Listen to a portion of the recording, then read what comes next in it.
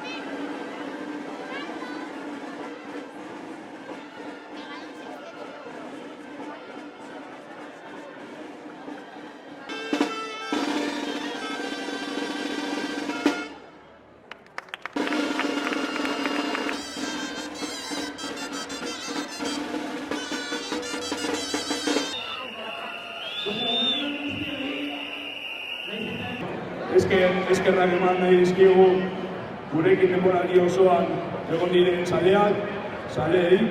Orain, festak gozatzera tokatzen zaigu.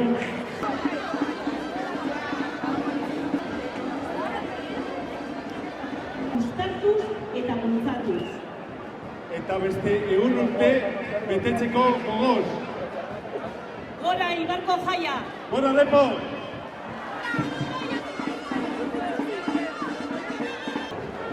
Dantzan bezala, bizitzan ensaio asko egin dira gure asmoan betetzeko.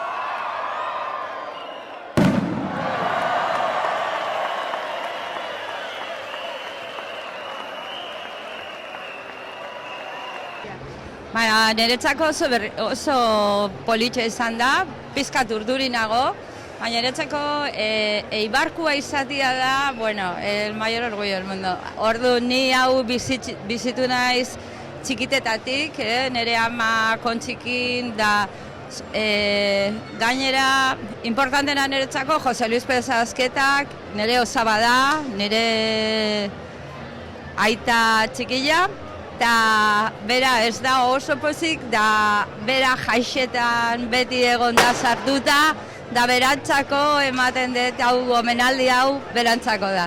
Hemen gaude Eibarko jokalariekin, zorionak, lehenik eta. Zelan ospatuko duzue omenaldi hau? Bueno, gauian pixkat parranda edo horrelako zerbait egiten ez. Azkenian gaur San Juanak hasten dira eta ospatu beharko da hori bai. Espero zenuten sari hau, omenaldi hau?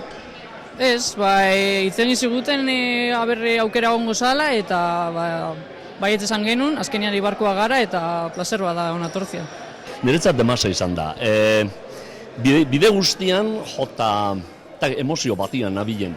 Nik kanpotik ikusitxan naukan, baina barruan jutia eta zuzua zela eta jende gainezka kale albuetan, zoragarrisa. Emozionantia, eskerrik asko, benetan. Eta gero, beti zaila da, ze normalian daukagu kriston zerrenda aukeratzeko, ze hemen Eibarren jende pilo bat egiten du merito asko, kale jira honetan dulzaineroekin eta egoteko, baina azken finean, ez dakit, ezin dugu hautatu egin behar dira. Bai, hori da, eta normalian zuk esan duzun bezala zaila izaten da, baina nik uste dute aurten errekonozimenduak ondo egon dira eta orain tokatzen dana da ospatu. Esan bezala, hasi gara San Juanekin, zer da herritarrei izan nahiko zeniekena jaien inguruan? Alde batetik ondo pasa, hori beti esaten duguna, ez da? Han balkoian bebai hori esan dut, ondo igarotzeko, ondo pasatzeko eta gozatzeko. Horretarako dira jaiak, baina bestaldetik bebai, zaindu, nolabait? Zaindu, ondo pasa, baina beti zaindu. Kristona izan da. Elgoi barkoa naiz, eta kriston hori izan da amenueletxean egotia, balkoira urtetzia, txupinaza botatzia ere bai, eta hori kapitainekin amen egotia kriston plazera izan da, izan da. Kanpotarra izan da, San Juanak nola ikusten dituzu? Gainera hemen hori aukera aukita udaletxetik bertatik ikusteko dana? Konta eguz? Kristona, enoan espero, bere zabek bitxak etorri bihazian, eta presidenteak esan zidan etortzeko, eta bai ez esan noan, klaro, kristono jadalako, eta hori San Juanak, pena da, igandia izatia, baina, gerauko gera.